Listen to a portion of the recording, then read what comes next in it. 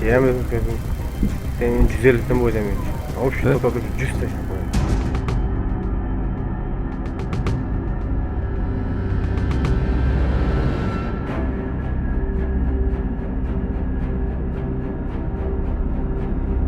Senin işin de be.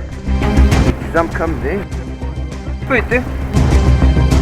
Men tur kaptı 2,5 minut durumda mı yazdı?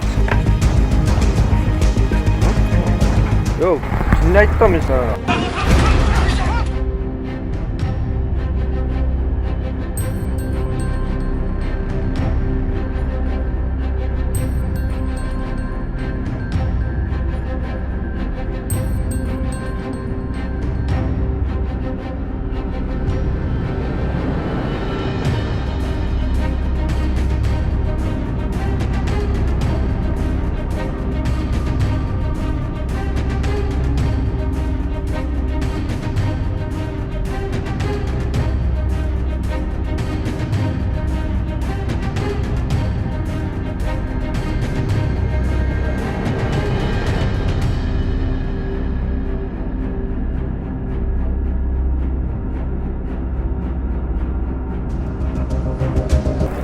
Yaman